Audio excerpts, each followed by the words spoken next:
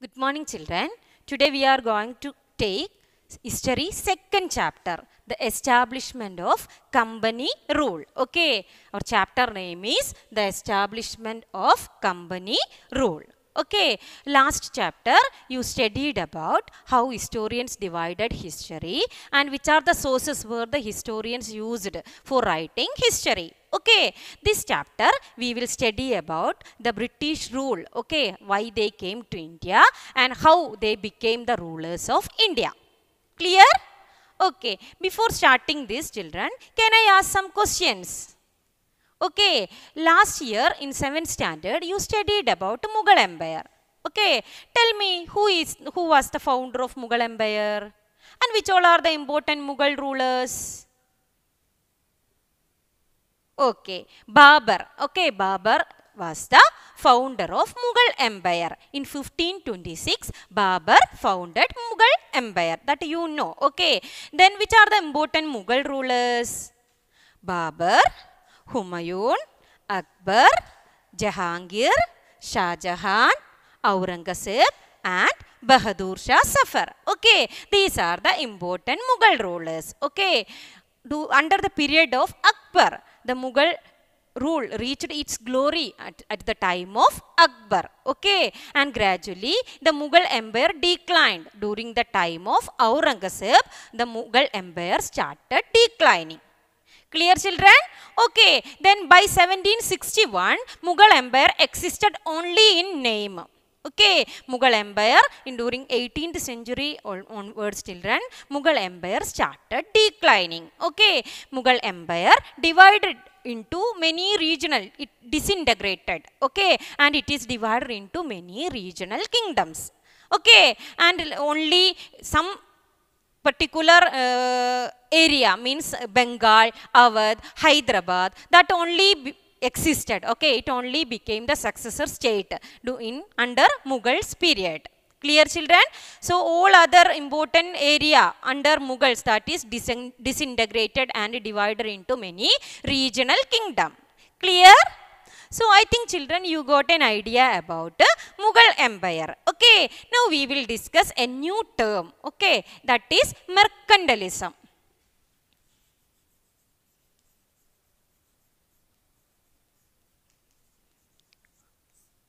Okay, you heard about mercantilism, children? What is mercantilism? Tell me. Okay, I will tell. During 17th and 18th century, European rulers,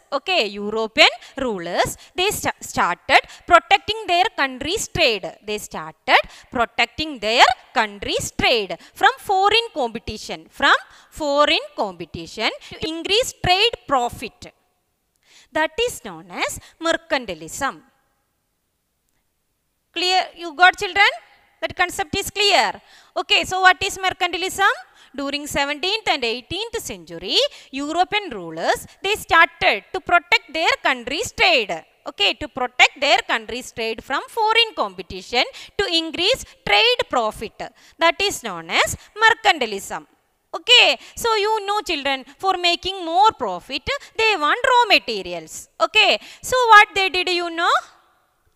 They want some particular colonies for taking raw materials. Okay, so they made many countries, they made their colonies. Okay, and from these colonies, they took raw material at a cheaper rate. Okay, and they made it finished product and they sold that finished product at a very high rate. Okay, in that way, they controlled or they maintained their trade. Clear? Okay, so our next topic is coming of English East India Company. Okay, coming of English East India Company.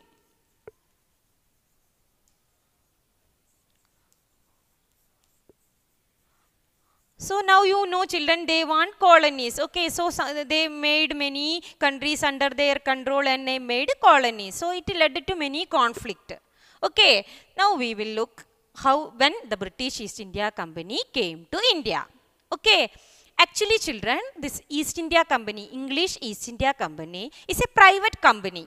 Okay, it is a private company controlled by some board of directors. Okay, controlled by a board of directors. Okay, and the company that set up in India on 31st December 1600. This year, don't forget, children. Okay, so when East India Company set up in India? 31st December 1600. Okay, clear? Okay, then Queen Elizabeth I. Queen Elizabeth I. Okay, issued one charter. Okay, issued one charter. On the basis of this charter, the company can cross the sea and came into east. Okay, and they can start exclusive trade in India or in the eastern part, eastern side. Okay, whether it is in India or any country in the eastern side. Okay, so Queen Elizabeth, he issued a charter. On the basis of that charter, company got a right. Okay, they can cross the sea and they came to any eastern state. They can select any eastern country and they can start exclusive trade. Okay, and this charter only gave the right to trade. Okay, it didn't mean any conquer or colonialization. Clear, children? Okay, so the company came to India for trade and they set up their company in 31st December 1600. Okay, after that, Captain Hawkins.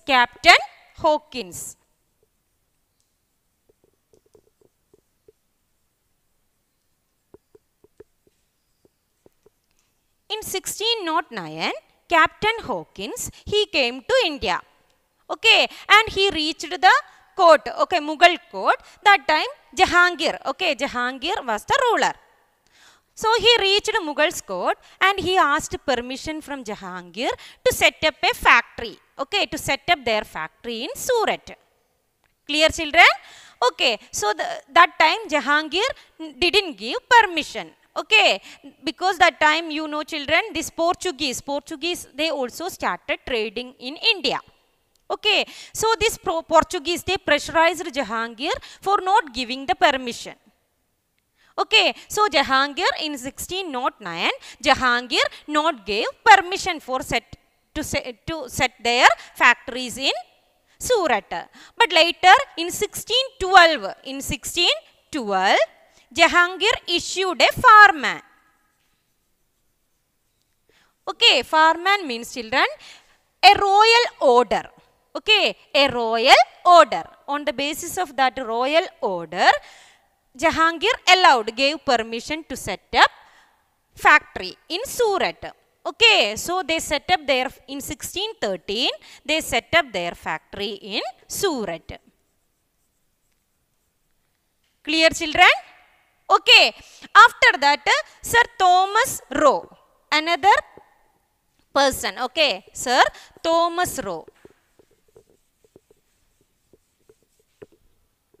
Sir Thomas Roe. Okay. In 1615, Sir Thomas Roe came to India. Okay, he was the ambassador of James I. James I was the king of England that time. Okay, so he came to India in 1615.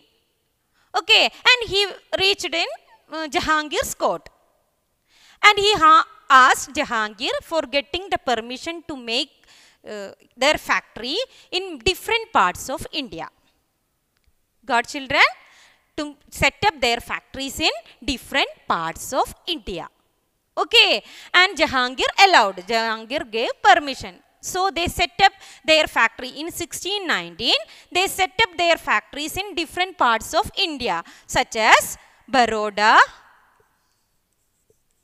Agra, Ahmedabad, and Broth. Okay, in different parts they set up their factories in 1619. Clear, children? So I think you got an idea. Okay, children? So Mughal rulers, they welcomed these Britishers, Mughal rulers welcomed Britishers. You know, because that time Portuguese, Dutch, these all Europeans, they also started their trading in India. So they want to, for counterbalance their predominance, Mughal rulers accepted Britishers for or East India Company to start their trade in India. Clear? So they set up their factories in different parts of India. Clear, children? I think you got an idea. Okay, now we will discuss which all are the items they took from India. Okay?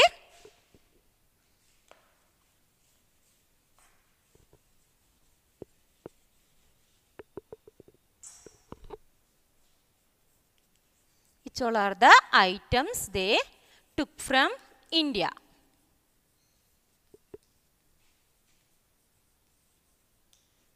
Okay, many you know, children, Indian spices. Okay, they targeted Indian spices.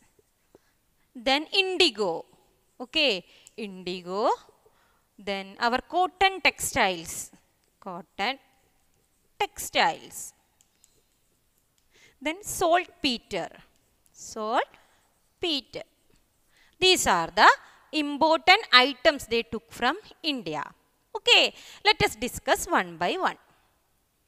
Do you know, children, why these people demanded Indian spices? Why these Britishers want spices? Okay, ma'am will tell.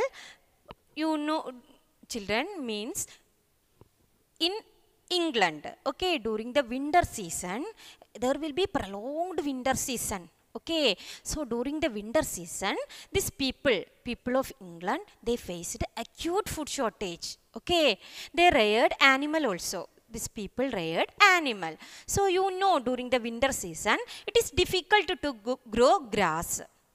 Okay, so they found a solution for this. What they did, you know, they killed their cattle. Okay, they killed their cattle and preserved that meat. Okay, so you know, children, that time no electricity, no refrigerator. So how they will preserve this meat?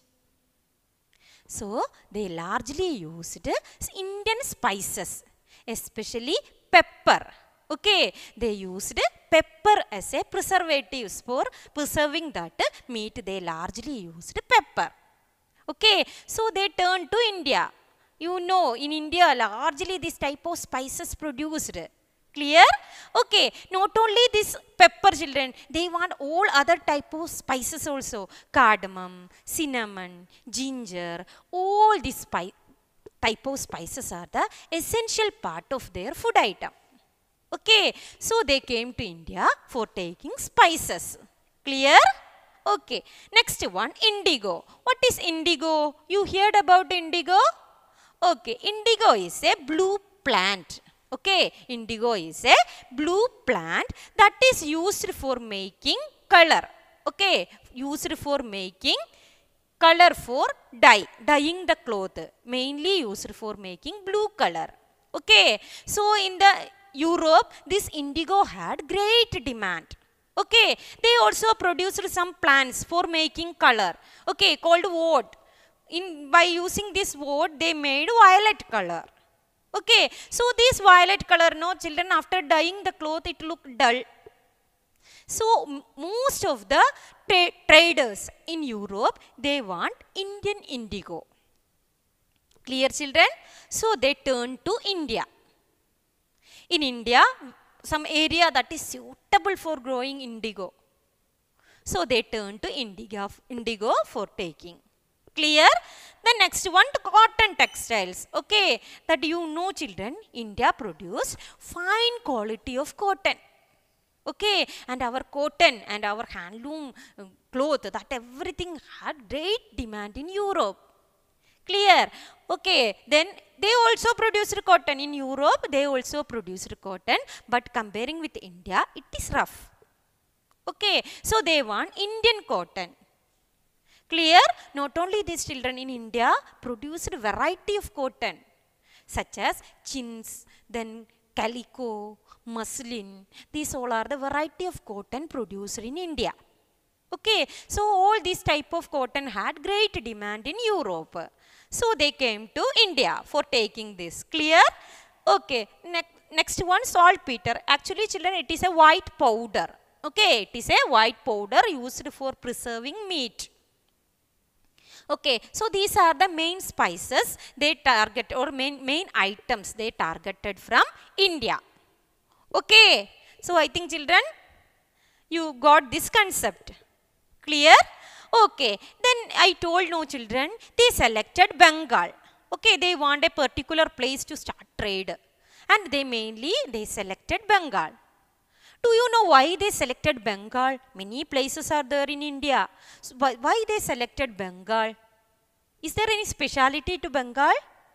Ah, yes, okay, Bengal, it is a developed area that time, okay, a trading center and agriculturally flourished region. Okay, then you know Bay of Bengal, waterway, through that waterway, it is very easy for the Britishers to take the things. Oh, okay, that time you know children, no airway and no other way of transport. So through waterway only it is possible. So for them it is very easy. Okay, it is near the Bay of Bengal. So through waterway they can continue their trade. Okay, that is why they selected Bengal. Okay, so I think children clear. Okay, so during early 18th century, that trade with Bengal, it is very profitable for East India Company. Okay, they maintained a very profitable trade with Bengal. Clear? Okay, and after that, in 1690,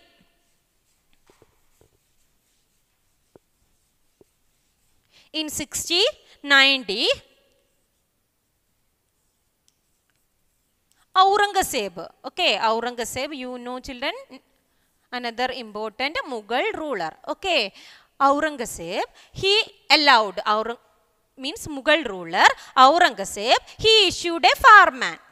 Okay, farman means you know, royal order. So Aurangzeb issued a farman. On the base of this farman, they got duty-free trade in Bengal. They can do duty-free trade in Bengal with an annual payment 3,000 rupees. With an annual payment 3,000 rupees. Okay, so Aurangzeb issued a farman, a royal order. Based on this royal order, now they can do free trade, okay, duty free trade in India with an annual payment rupees 3,000. Clear children? And he also given the right of zamindari right of 3 places, okay. Also given means Aurangzeb also given the right of zamindari power of 3 villages. Okay, 3 villages, Kolkata, Sadanudi and Gobindapur. Also given the zamindari right. Okay, zamindari right of 3 villages. Okay, which are that 3 villages? Kolkata, Sadanudi and Gobindapur. Okay, so they got the zamindari right of these 3 villages. Okay, then these 3 villages together formed later Kolkata.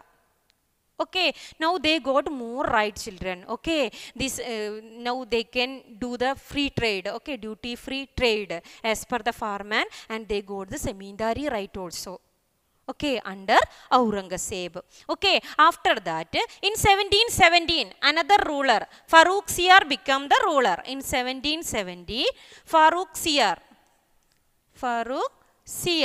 he became the next Mughal ruler. Okay, when he became the ruler, he also allowed duty-free trade. Clear, children? So, without any problem, that time also they can trade with India. Okay, duty-free trade, this ruler also allowed. After that, another ruler came, Murshid Quli Khan. Okay, Murshid Quli Khan. When Murshid Quli Khan became the ruler, he was not allowed any free trade. Okay, he was not allowed any duty-free trade.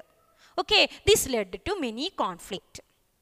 Okay, many conflict between East India Company and this Nawab. Clear, children?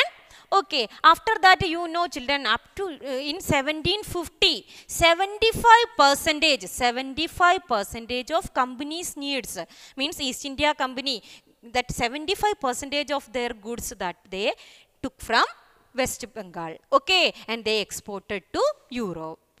Clear?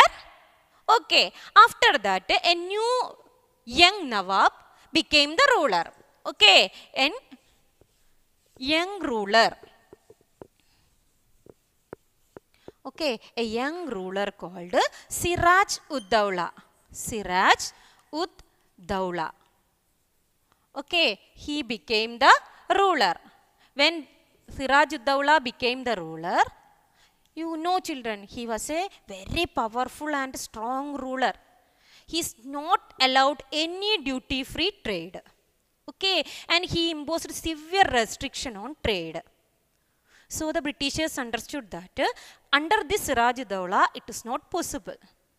Okay, and in 1756, this Siraj ud Dawla, he marched to Calcutta. Okay, marched to Kolkata. There Britishers, they established their factory there, and he attacked that factory. Okay, he attacked that factory. Clear, children? Okay, and he destroyed that factory, and he imprisoned many British officials. He imprisoned many British officials. Then what happened, you know, children? British heard this. Okay, the company members, East India Company's members or the British officials heard about this news. They became angry. Okay, but they know this Siraj ud Dawla was a powerful ruler. Okay, and he maintained a very strong army under Mir Jafar. Okay, Mir Jafar is the military commander of Siraj ud Dawla. So he maintained a very strong army. So with power, it is not easy to defeat Siraj ud Dawla, that they know. Okay, so they used their brain. Clear, children? So what they did, you know, children? They met Mir Jafar. Okay, secretly they met Mir Jafar, and they told Mir Jafar, if Mir Jafar is helping them, after the death of Siraj ud Dawla, they will make Mir Jafar as the next ruler of Bengal. Clear, children? Okay, so Mir Jafar agreed. As a human being, we know if someone will giving any offer, we will take it. Okay, in that way, Mir Jafar accepted company's demand. Okay, so already Siraj ud Dawla's many activities that infuriated company. Okay, so company, they led an army under the leadership of Robert Clive. Company's army that led by Robert Clive. Okay, and Bengal, Siraj ud Dawla. Okay, in Bengal, led by Siraj ud Dawla. Okay, so you know, children, this Siraj ud Dawla and Robert Clive, they fought at Plassey. Okay, they fought at Plassey in 1757. 1757. In that battle, what happened, do you know, children? Siraj ud Dawla was defeated by Robert Clive's army. Okay, because Mir Jafar cheated Siraj ud Dawla. He didn't fight the war. Okay, so Siraj ud Dawla was defeated and he was killed by the British army. Clear, children? So this battle is known as the famous Battle of Plassey. Okay, it is known as the famous Battle of Plassey. So where these people fought, children? At Plassey. Okay, in which year? 1757. So the Battle of Plassey fought between Siraj ud Dawla and Robert Clive. Okay, so that battle, Siraj ud Dawla was killed by British army. Okay, so children, this battle is very important in Indian history. Why you know? Because this is the first victory of Britishers over India. First victory of Britishers over India. Okay, up to that much time, you know, children, they only did trading activity in India. Now what happened? They became the rulers of India. Okay, they conquered the entire Bengal, made under their control. Okay, so from trade to territory, okay, they controlled our territory. Clear? So this is an important battle in the Indian history. Okay, clear? Okay, so you know now they became the rulers of India. Okay, so you know they want puppet rulers. Okay, so they know Mir Jafar. If Mir Jafar became the ruler, he was a puppet ruler. Whatever they want, in that way he will act, they thought. Okay, so after the death of Siraj ud-Dawla, Mir Jafar became the next Nawab of Bengal. Clear, children?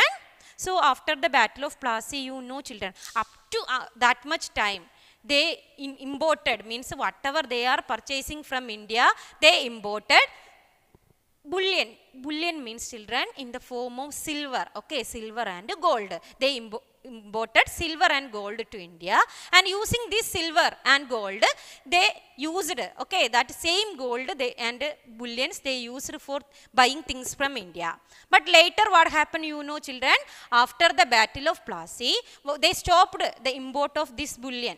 Okay, they collected whatever they want from India, revenue, whatever they want from India, they collected, and the same revenue they used for buying the things.